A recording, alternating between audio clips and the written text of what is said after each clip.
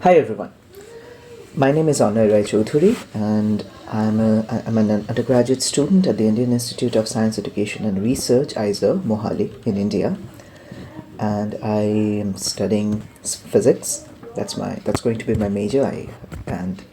My interests lie in the area of physics and mathematics. This video series is going to be my first video series on any academic topic. Previously, I made videos and music videos and stuff, but anyways, and I plan to start with introduction to differential geometry. Why? What's the inspiration? See, I myself had this course last semester, and I personally have felt that there are very little resources on this particular topic on the internet, on the web, and especially the basic stuff. So I obviously need to acknowledge my the due credits to some notes on Introduction to Differential Geometry by Professor Leah Vass, who is right now at Department of Mathematics, St. Joseph's University, and yeah, so Philadelphia. Her notes have helped me a lot, and that gave me the motivation to start a lecture series on this particular topic, which I think would help a lot of people who wish to learn differential geometry, and which is very important, very important for physics, mathematics, engineering, and I guess many other stuff. One note, one like preliminary note, I would probably, mostly, not probably, but mostly, this my way of teaching, my way of discussing would be from the perspective of a physicist, so a physics enthusiast, I would say, because as I told you earlier, I will take a major in physics, and it might be at some point of time, at some in various points and areas, there will be little bit less rigorous proofs and stuff which you can find online. There are thousands of resources, but I would more try to put my effort on the visual understanding, and I would also try to keep my videos under 10 minutes. So yeah, I know, 10 to 15 minutes max, to max 20, and let's see how many videos turn up. So what is differential geometry? Differential geometry is to attack problems in geometry, as the name says, we use calculus. So we use calculus, and this will be multivariable calculus, because as you can see, there are three axes on the coordinate axis, and when we'll proceed with the course, the lectures, you'll understand it more clearly why we need multivariable calculus, and we need something called linear algebra. I guess you're familiar with not multivariable calculus, a basic calculus. With that, you can proceed till you can learn a lot of stuff. And linear algebra, basic linear algebra, matrices and everything. I guess you're familiar with those.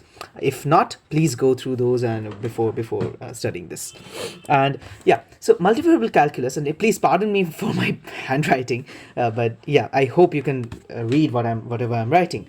So yeah, multivariable calculus and linear algebra, we use these two tools to attack problems in geometry. Okay, so yeah, so these two tools are being used to attack problems in geometry. That's essentially differential geometry. Why we need linear algebra? Because see, linear algebra is essentially a tool that helps you simplify problems. Okay, so you have multiple dimensions, and linear algebra is like the the magic wand that you can use to apply calculus also in various places. So it's a beautiful thing. Now, the two most important and basic things in differential geometry are curves and surfaces. What is a curve? I guess, if you take a paper, right? If you take a paper and you the sides of the paper, this side and all the sides, this all the sides are curves.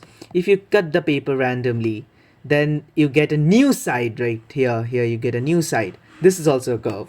So on the coordinate system, you can draw anything like this, okay, which is a curve. When if you take this thing, press it and put it on a plane, it will be a it will just be a one-dimensional thing. It has only one dimension if you put it on a plane. So this is a curve. Now what is a surface? A surface is, well, the paper itself. That's a surface, right? This is a surface. This paper is a surface. Now, what actually curves and surfaces help us in differential geometry? Because if you see carefully, this curves and surfaces, this essentially make the everything you can see around us. The space, well, if you go to space and time, that becomes very complicated. But you see the paper or the laptop you're watching, or mobile phone or whatever tablet you're using, this curves and surfaces, right? So any geometrical object, anything geometrical is made up of curves and surfaces. And to understand curves and surfaces, we need an apparatus, and that's essentially what we do at the preliminary stage of differential geometry. We build that apparatus which will help us to attack problems in curves and surfaces, and then we can generalize that to manifolds. That will be something higher dimensional. So curves, you can see, both are in three-dimensional plane, but we can go to something higher dimensional even.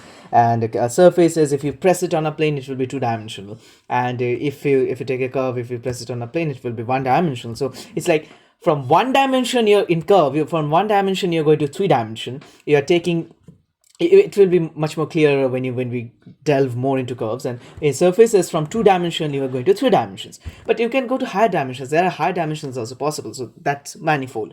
And when you go to manifold, it becomes much more abstract. That you can see a curve, you can see a surface, but you cannot see a manifold like that. Also, I forgot to mention, what's the importance of studying differential geometry? Because you see, I hope you have heard of Einstein's, well, you have guessed it right, theories of relativity.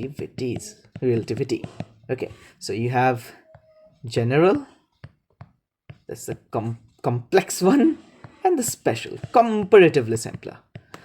And I hope you have heard of, general theory of relativity talks about space-time, curvature, and, well, curvature, that's a very important term in differential geometry, as you can see, curve. But anyways, space-time, curvature, there's fancy stuff. To understand those fancy stuff, you need to understand differential geometry, okay? And if also, like, there are other areas like, say, topological matter in the realm of quantum physics right now, for which you also need to learn topology, which is based on differential geometry. So for most of the stuff in physics, engineering, mathematics, you need to have a very strong grasp because geometry is like the fundamental of everything that we see in nature. It's one of the most important things we have discovered, invented, whatever you want to say, in mathematics. So that's for that. To understand the complex geometry, we need differential geometry. Euclidean geometry won't suffice. Before we formally start with the series, I'll first give you an idea how I will proceed with the course. So first, again, as I said earlier, we'll first do curves, and then we'll do surfaces, and then using these two we'll go to manifolds. And in curves, there are very few things in curves that we need to build the apparatus to understand and to completely describe curves. So we first need to understand, like, something called velocity. I guess the term is not very new to you. It's pretty, we all know of it. Then again, something called acceleration, and we'll then do not a new term, but we'll define the idea of it, curvature. Then we will do torsion, and in between we'll also do arc length. well, we'll do it before curvature and torsion, before acceleration also. So this should have been here, I'm sorry, arc length. And after in surfaces, well, these all things will help us to build the apparatus for surfaces, and in surfaces we'll do something extra that will be the first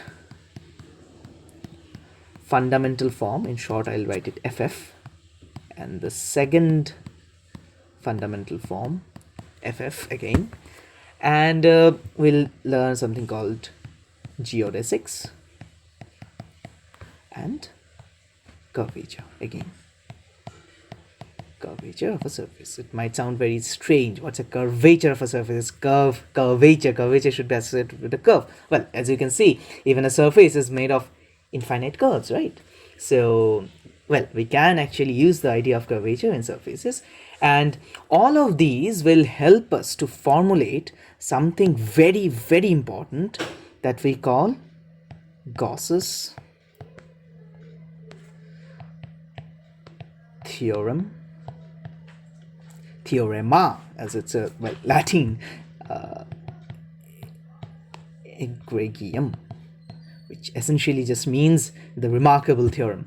So we'll build this idea of Gauss's theorem, theorema, egregium, which but that use of that will be to generalize a concept of curvature of higher dimensional manifolds, and that will actually at the end help us to understand the language that we use in various mathematical and physical problems, especially special and general relativity.